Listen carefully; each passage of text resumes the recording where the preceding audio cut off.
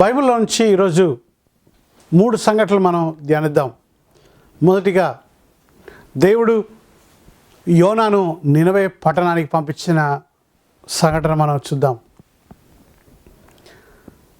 నినవే పట్టణంలో 120,000 మంది కన్నా ఎక్కువ ఉన్న మనుషులను దేవుడు కనికరించాలని, వారిని రక్షించాలని ఒక ప్రవక్తను ఆయన ఎన్నుకున్నాడు. ఆయనే యోనా. యోనా ప్రవక్తను నినవే పట్టణానికి పంపించినప్పుడు దానికి ముందు యోనాకి నినవే పట్టణానికి దేవుడు ఎంతో జాలిపడి 120,000కు పైగా ఉన్న మనుషులను ఆయన రక్షించుకోవాలని ఒక ప్రవక్తను ఆయన పంపుతాడు. యోనా ఆ ప్రవక్త పేరు. యోనా లేచి నినవేకు వెళ్లకుండా తర్షీషుకు పారిపోవాలని యోపాకు వచ్చి అక్కడ ఒక పడవ తీసుకొని ఆయన తర్షీషుకు పారిపోతూ ఉంటాడు. తర్షీషుకు పారిపోతూ ఉంటే దేవుడు ఆయన్ని పట్టుకోవడానికి ఒక పెద్ద తుఫాను తీసుకొని వస్తాడు. అప్పుడు యోనా ఆ పడవలో ఆ నావలో నిద్రపోతూ ఉంటాడు. ఆ నావ యొక్క కెప్టెన్ వచ్చేమంటాడంటే, ఓయి నిద్రపోతా లే అని అంటాడు. ఈ తుఫాన్ ఎందుకు వచ్చిందో నీ దేవునికి ప్రార్థన చేయి అని అంటే ఆయన అంటాడు, నేను భూమి ఆకాశంలో సృష్టించిన దేవుని నుంచి నేను పారిపోతున్నాను అంటాడు. అంటే అందరికీ భయం కలుగుతుంది. చీట్లు వేస్తారు. ఎవరిని బట్టి ఈ తుఫాన్ వచ్చిందంటే ఆ చీటి యోనా పేరు మీద వస్తుంది. పేరు మీద వచ్చిన తర్వాత యోనా అంటాడు, నా వల్లనే ఈ తుఫాన్ వచ్చింది అంటే ఏం చేయాలని అంటాడు. అంటే నన్ను ఎత్తి ఈ సముద్రంలో పారవేయమంటాడు. యోనాను సముద్రంలో పారవేస్తే దేవుడు ఆయన రక్షించాలని, ఆయన మరణించాలనే ఉద్దేశం కాదు. ఒక పెద్ద చేపను ఆయన ఎన్నుకుంటాడు. దేవుడు ఒక తుఫానును పంపించాడు. తర్వాత ఒక చేపను యోనాను మింగివేయటానికి 3 పగళ్ళు 3 రాత్రులు యోనా ఆ చేప గర్భంలో ఉంటాడు. ఉండి ఆ చేప గర్భంలో ఎంతో బాధతో మరణిస్తూ ప్రార్థిస్తాడు, అయ్యా నన్ను రక్షించు, రక్షణ యెహోవా కార్యం అని యోనా గ్రంథం 2వ అధ్యాయంలో మనం చదువుతాం. అయితే దేవుడు ఆ చేపతో మాట్లాడతాడు. చూడండి, దేవుడు సృష్టిని ఒక దేవుని బిడ్డను సరిచేయటానికి ఎలా వాడుకుంటున్నాడు.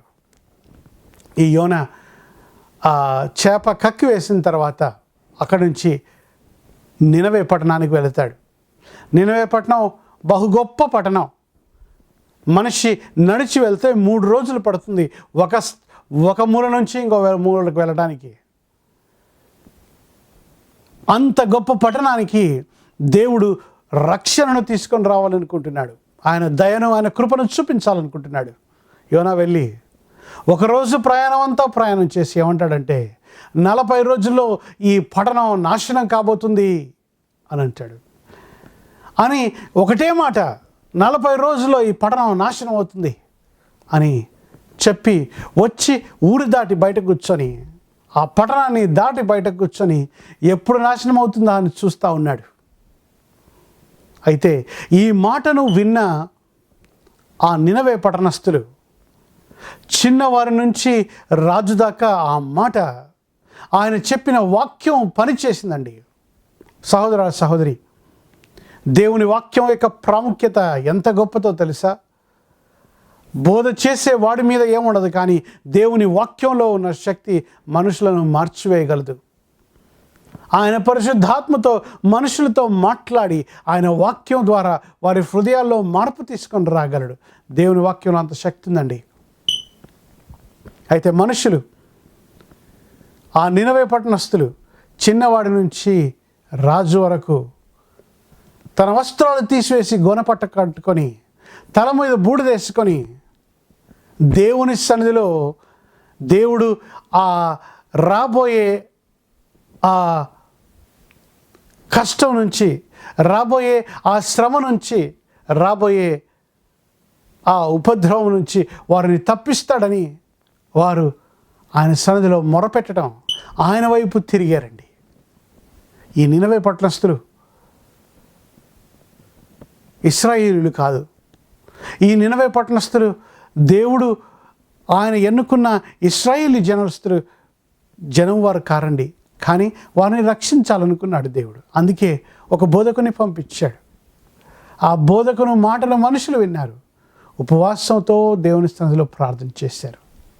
సహోదర సహోదరి, యోనా గ్రంథం 4వ అధ్యాయం 2వ వచనంలో యోనా ఇలా అంటున్నాడు. ఏమంటున్నాడో తెలుసా?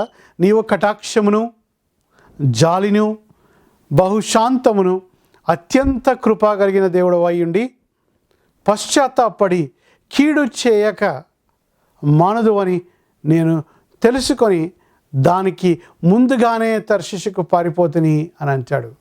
చూడండి, దేవుడు ఆయన క్యారెక్టర్ ఏమిటో, దేవుడు ఎలాంటి వాడో యోనా చెప్తున్నాడండి.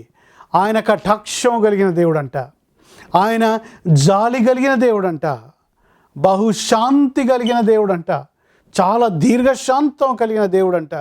అంత మాత్రమే కాదు, అత్యంత కృప కలిగిన దేవుడవని, నువ్వు చేయనుద్దేశించిన కీడు మనుషుల మీదకి రాకుండా నువ్వు ఆపుతావు అని అంటున్నాడు.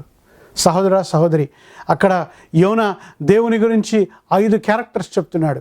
You are a gracious god అంటున్నాడు, you are a merciful god అని అంటున్నాడు, you are a slow to anger god అని అంటున్నాడు, you are abounding in steadfast love అంటే కైండ్నెస్ చూపించే దేవుడు అని చెప్తున్నాడు. You relent from bringing a disaster upon people. 40 రోజులు గతించింది.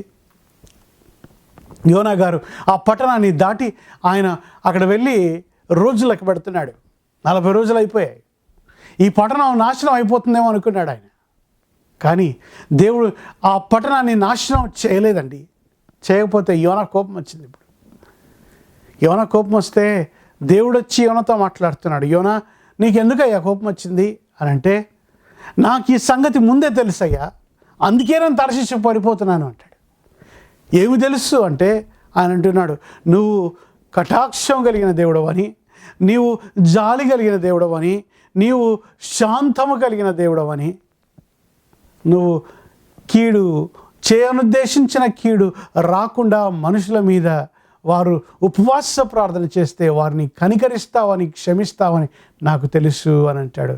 సహోదర సహోదరి, ఈ బోధకుడు బోధించాడే కానీ వారు మారాలని, వారి మీద దేవుని ఉగ్రత రాకూడదని, దేవుడు చేయనుద్దేశించిన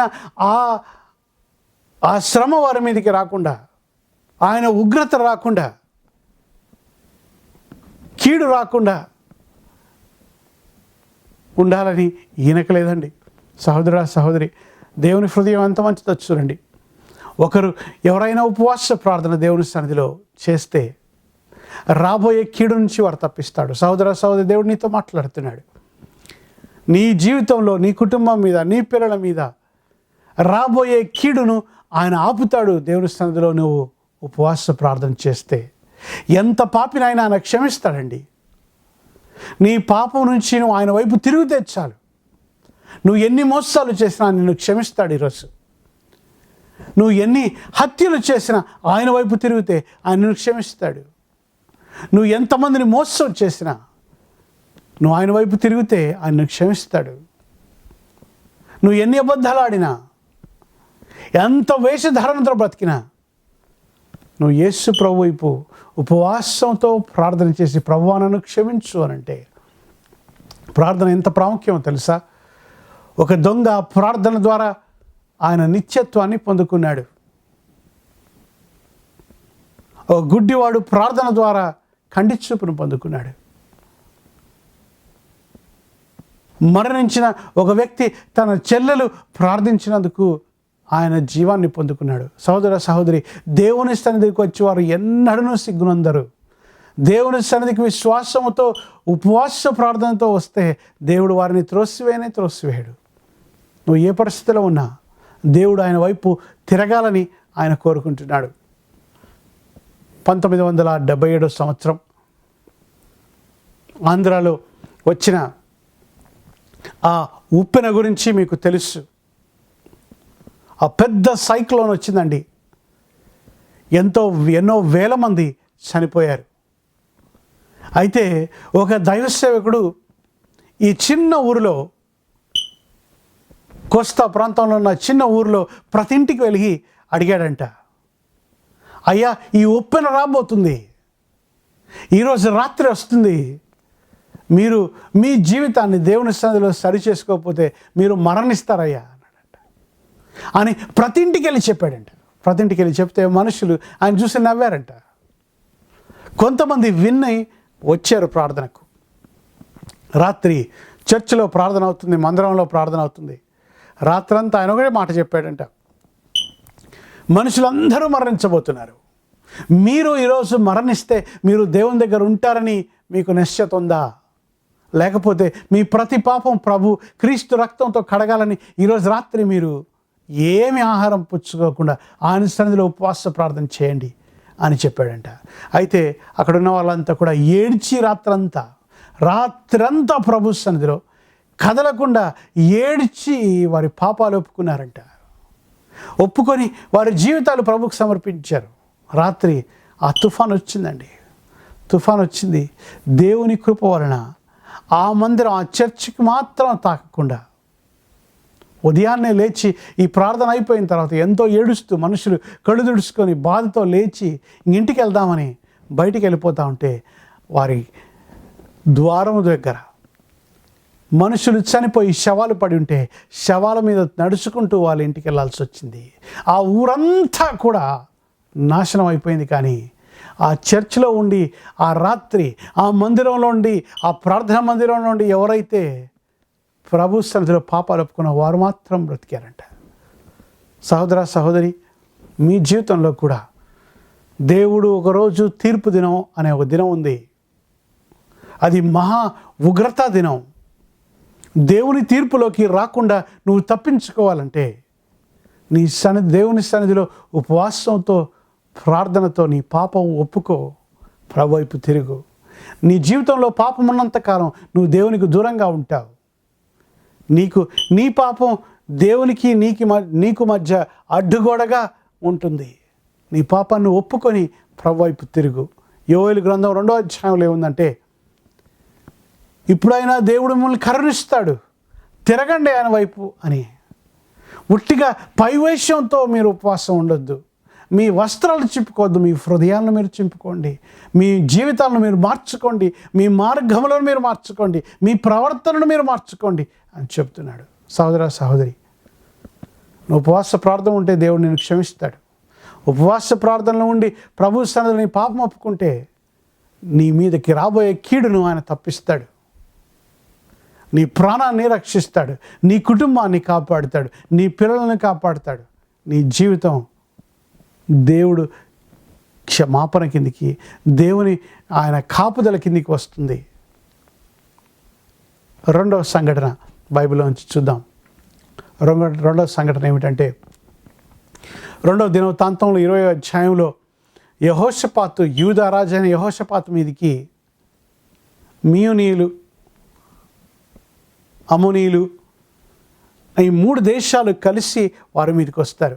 వచ్చినప్పుడు యెహోషాపాతు హృదయం ఎంతో భయాందోళనతో భయపడిపోతాడు. భయపడితే యెహోషాపాతుకున్న మంచి హృదయం ఏమిటో తెలుసా, ఆలోచన ఏమిటో తెలుసా? దేవుని సన్నిధిలో ఆయన వైపు తిరగాలని ఆయన యెహోషాపాతు నిర్ణయించుకుంటాడు. యెహోషాపాతు ప్రార్థన చేస్తాడండి. ఆయన హృదయాన్ని ప్రభు వైపు తిరగాలని ఆయన హృదయాన్ని నిబ్బరం చేసుకుంటాడు. ఆయన మాత్రమే కాదు, దేశమందంతటా కూడా ఆయన ఒక దండోర లాంటిది వేయిస్తాడు, ప్రకటన వేయిస్తాడు. ఏమిటంటే, అందరూ ఉపవాసం ఉండాలి, దేవుని కృపను మనం పొందుకోవాలి. మనకు శక్తికి మించిన శత్రువు మనకు ఎదురు కాబోతున్నాడు. మనం శత్రువు ఎదుట నిలబడలేము. కానీ శత్రువుని ఎదుర్కోవాలంటే మన దేవుని సహాయం మనకు కావాలి అని ఉపవాసంతో, సహోదర సహోదరి, నిజంగా ఉపవాస ప్రార్థన చేసే నాయకులు మనకు కావాలి. మన దేశానికి ఉపవాస ప్రార్థనలు ఉండే నాయకులు కావాలి. సంఘాలకు ఉపవాస ప్రార్థన చేసే సేవకులు కావాలి. ఉపవాస ప్రార్థన చేసే సేవకుని ఏ సంఘంలో అయితే ఆయన పరిచర్య చేస్తున్నాడో ఆ సంఘానికి ఎలాంటి కొద ఉండదు, సంఘస్థులకు ఎలాంటి కొద ఉండదు. ప్రతి కుటుంబంలో కూడా వారు సమృద్ధిని, దేవుని సన్నిధిని, శక్తిని అనుభవిస్తారు. ఎందుకు? దేవుని సేవకుడు ఉపవాసం ఉండి ప్రార్థన చేస్తున్నాడు కనుక. అలాంటి ఉపవాస ప్రార్థన చేసే నాయకులు అవసరం. దేశానికి, రాష్ట్రానికి, సంఘానికి మాత్రమే కాదండి. అలాంటి నాయకులు ప్రతి కుటుంబంలో ఉండాలి. తండ్రి, తల్లి ఉపవాస ప్రార్థన చేసే తండ్రులు కావాలి. ఉపవాస ప్రార్థన చేసే తల్లులు కావాలి. ఏ ఇంట్లో అయితే తల్లిదండ్రులు ఉపవాసంతో ఉండి ప్రార్థన చేస్తారో బిడ్డలు తప్పకుండా రక్షింపబడతారు. బిడ్డలు దేవుని మార్గంలో నడుస్తారు. అలాంటి నాయకులు అవసరం. నాయకుడు ఎలా నడుస్తాడో కుటుంబం అలా నడుస్తుంది. నాయకుడు సోమరు వాడైతే కుటుంబం అందరూ కూడా సోమరాలు అవుతారు. నాయకుడు పాట పాడేవాడైతే అందరూ పాటలు పాడతారు. నాయకుడు ప్రార్థించేవాడైతే అందరూ ప్రార్థిస్తారు. మీరు సంఘాల్లో, చర్చిల్లో కూడా చాలా ఇదే మాట చూస్తుంటారు.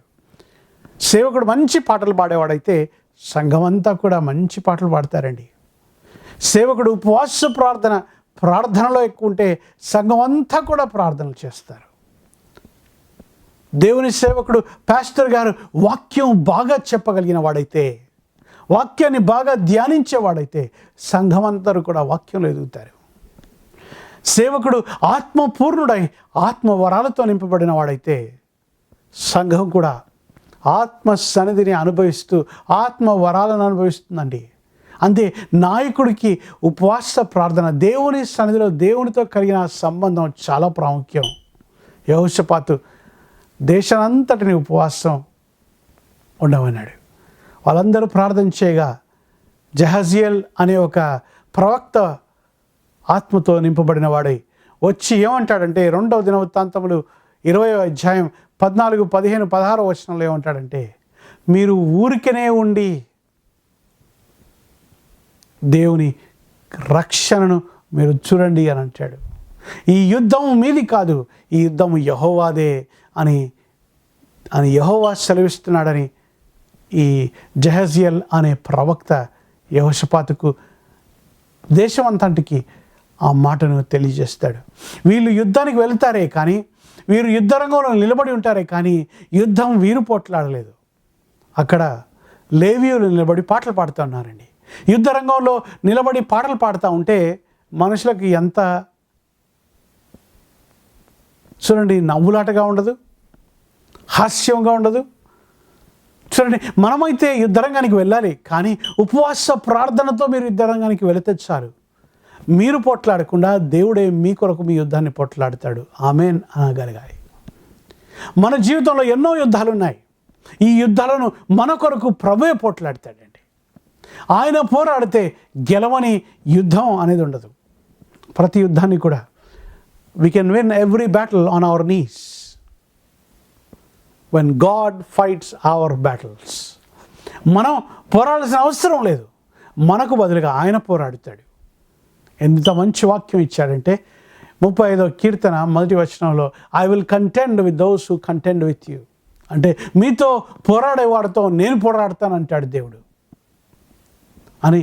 యెషయా గ్రంథం 54వ అధ్యాయంలో ఏమంటాడంటే, మీకు వ్యతిరేకంగా నిర్మింపబడిన ఏ ఆయుధం కూడా వర్ధిల్లదు అని అంటాడు. No weapon that formed against you shall prosper అని అంటాడు. ఎందుకు? ఆయనే నిలబడి మన కొరకు యుద్ధాన్ని పోరాడతాడు కనుక. సహోదర, సహోదరి, మీ జీవితంలో దేవుడు మీ యుద్ధాలని పోరాడాలంటే మీరు ఉపవాస ప్రార్థన, కుటుంబం అంతా కూడా, తల్లిదండ్రులారా మీ జీవితంలో మీకు ఉపవాస ప్రార్థన ఉండాలి. మీ బిడ్డలకు కూడా ఒక పూట ఉపవాసం ఉంటా నేర్పించండి.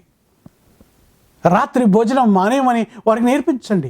లేకపోతే మధ్యాహ్నం భోజనం మానేయమని వారికి నేర్పించండి. 10 ఏళ్ల పిల్లైనా 15 ఏళ్ల పిల్లోడైనా దేవుని సన్నిధిలో ప్రార్థించడానికి ఒక విషయం గురించి ఒక పూట భోజనం, 2 పూటల భోజనం, ఒక రోజు భోజనం మానుకుంటే మనుషులకి ఏమి కాదండి.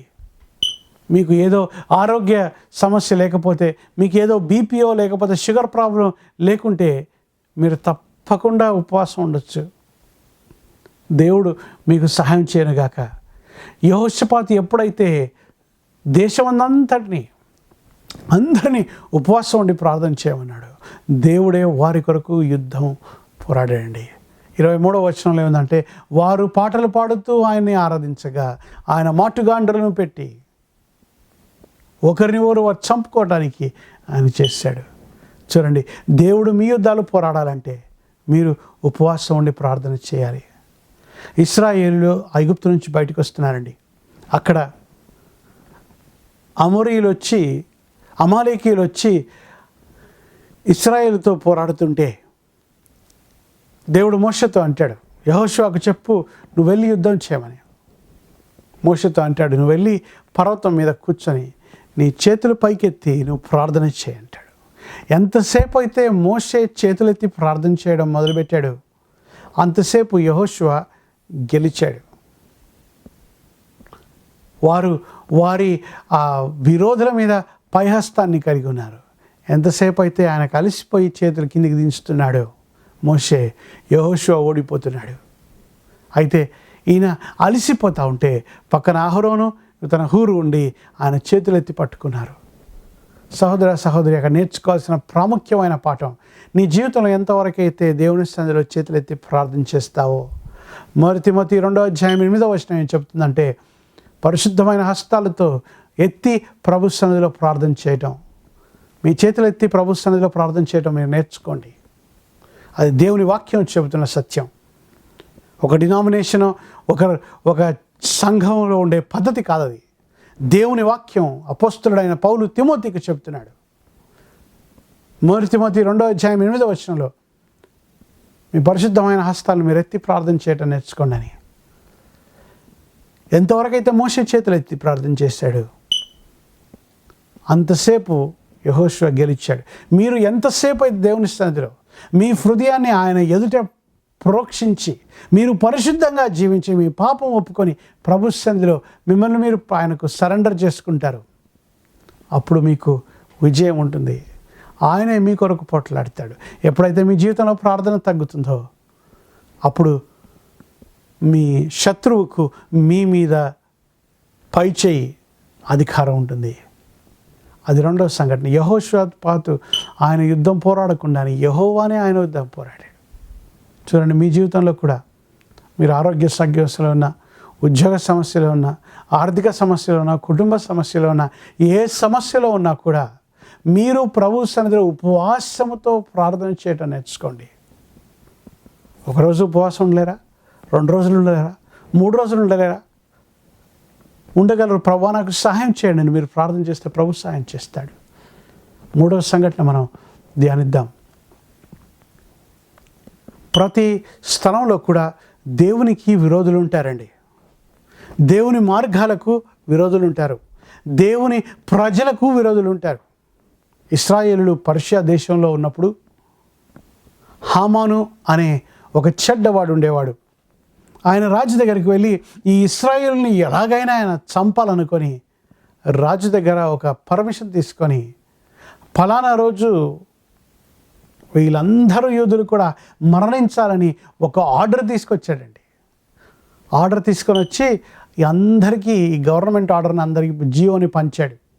పంచుతానే మొదటగా అనే వ్యక్తి ఆ విషయాన్ని చదివి గోనెపట్ట కట్టుకొని ఏడుస్తూ దేవుని ప్రజల మీదకి ఇంత పెద్ద ఆపద వచ్చిందని వెళ్ళి తన పెంచుకున్న తన అన్నబిడ్డ అయిన ఎస్తరుతో హదాసాతో చెబుతాడు, అమ్మా నువ్వు రాజు దగ్గరికి వెళ్ళి నువ్వు ఈ విషయాన్ని చెప్పు, నేను యూదుల జనాంగానికి సంబంధించిన దానిను, నేను ఒక యూదురాలనని నువ్వు రాజుకు చెప్పు అని అంటాడు. చెప్పి ఈ శాసనాన్ని ఎలా అయినా కొట్టించేయి అని అంటే ఎస్తర్ అంటుంది, పిలవకుండా రాజు సన్నిధిలోకి రాజు సన్నిధికి ఎవరూ పోలేరు. కానీ ఒక పని చేయండి, మన మీదకి ఈ ఆపద వచ్చింది కదా, నేను నా దగ్గర ఉన్న స్త్రీలందరూ కూడా మేమందరం 3 రోజులు ఉపవాసం చేస్తాం, నువ్వు కూడా ఈ సుస పట్టణంలో ఉన్న ప్రతి యూదుని మీరు పోగు చేసి ఉపవాసం ఉండి ప్రార్థన చేయండి 3 రోజులు అంటాడు అని చెబుతుంది ఈ స్త్రీ. చెప్పిన తర్వాత 3 రోజులు ఉపవాస ప్రార్థన చేసిన తర్వాత నేను రాజు దగ్గరికి వెళ్తాను, నేను మరణిస్తానంటాడు. నేను నశిస్తానులే అయ్యా, ఎందుకంటే ప్రార్థన చేస్తానే ముందంటుంది. చూడండి, ఒక స్త్రీ దేవుని సన్నిధిలో ప్రార్థనలో గడిపే యొక్క ప్రాముఖ్యత ఎంత ప్రాముఖ్యం చూడండి. దేవుడు ఒక్క స్త్రీని వాడుకున్నాడండి ఇశ్రాయేల్ అందరినీ రక్షించడానికి. ఒక స్త్రీ ఒక ఉపవాస ప్రార్థన, తను మాత్రమే ప్రార్థించడం కాదు, తన దగ్గర ఉన్న ఆ ప్యాలెస్లో ఉన్న ఆ స్త్రీలందరూ కూడా ఉపవాసం ఉన్నారు. ఎందుకు? ఎస్తేర్ తీసుకున్న ఆ నిర్ణయాన్ని బట్టి. సహోదర సహోదరి, నీ సహోదరులు, నీ సహోదరీలు, నీ కుటుంబీకులు, నీ చుట్టుపక్కల ఉన్నవారు, మీ సంఘస్థులు నీవు తీసుకున్న నిర్ణయాన్ని బట్టి వారు ఆశీర్వదింపబడాలి. నేను దేవుని సన్నిధిలో ఈ రాబోయే ఆపద గురించి నేను ఉపవాసం ఉంటాను అని మీరు నిర్ణయం తీసుకుంటే మీతో 10 మంది కలవటానికి, 10 మంది మీరు తీసుకున్న ఆ నిర్ణయానికి వారు ఉత్తేజితులై, ఎంకరేజ్ అయ్యి వాళ్ళు వచ్చి మిమ్మల్ని కలుస్తారండి. అంత మాత్రమే కాదు, ఒక స్త్రీ తన చిన్నానకు, ఆ యూదులందరికీ కూడా దేవుని సన్నిధిలో ప్రార్థనలో ఉన్న ప్రాముఖ్యత నేర్పించిందండి. ఉపవాసంతో 3 రోజులు ప్రార్థన చేసింది. చేసిన తర్వాత తన రాజు ముందుకు వెళ్ళింది. రాజు ఆయన దండాన్ని ఆమె వైపు చాచాడు. అంటే ఈమె మీద శిక్ష పడకూడదు, ఈమెను క్షమించానని. ఎస్తేర్ అంటుంది, నేను నీ కొరకు ఒక మంచి విందు ఏర్పాటు చేశాను, రమ్మని ఆహ్వానిస్తుంది. రమ్మని చెప్పిన తర్వాత రాజు హామాను వచ్చిన తర్వాత రాజుకు తను చెప్తుంది, అయ్యా, నేను యూదులను చంపడానికి ఈ హామాను ఈ నిర్ణయం తీసుకున్నాడు అని తను చెప్పింది. చెప్పినప్పుడు రాజు ఆ హామాను ఉరి తీస్తాడు. ఉరి తీయించి ఆయన ఏమంటాడంటే, యూదులందరికీ వారిని వారు కాపాడుకోవటానికి ఆయన పర్మిషన్ ఇస్తాడండి. సహోదర సహోదరి, ఒక్క స్త్రీ ప్రార్థన వలన యూదులంతా కూడా రక్షింపబడ్డారు. ఉపవాస ప్రార్థనలో ఉన్న శక్తి ఏమిటో తెలుసా? దేవుడు మన కొరకు పోట్లాడుతాడు, దేవుడు మనల్ని కాపాడుతాడు.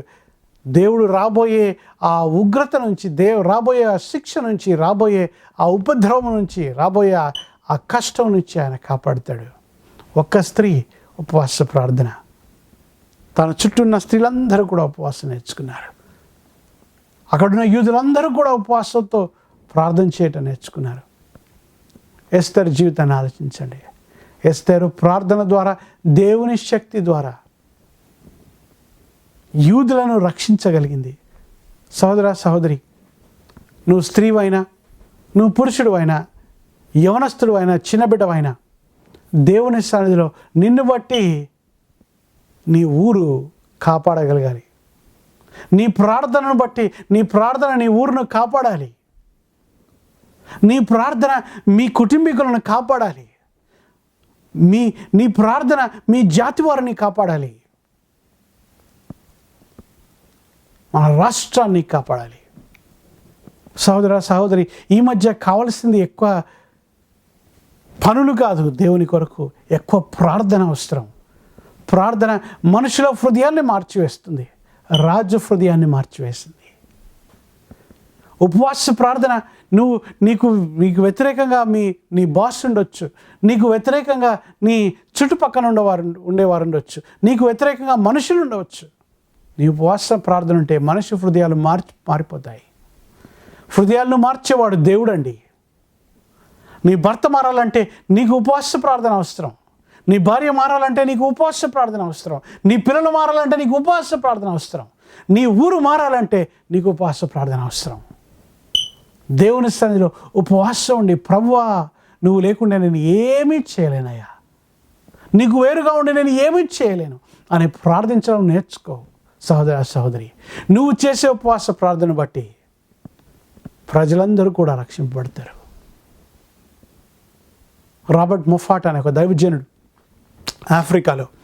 సౌత్ ఆఫ్రికాలో ఉండి, ఆయన దూరంగా ఈ ఆఫ్రికన్ విలేజెస్ అన్నీ, ఈ ఊర్లన్నీ చూస్తూ కూడా అక్కడ ఉదయాన్నే వారు వంట వండుకుంటే పొగలేస్తుంటుంది.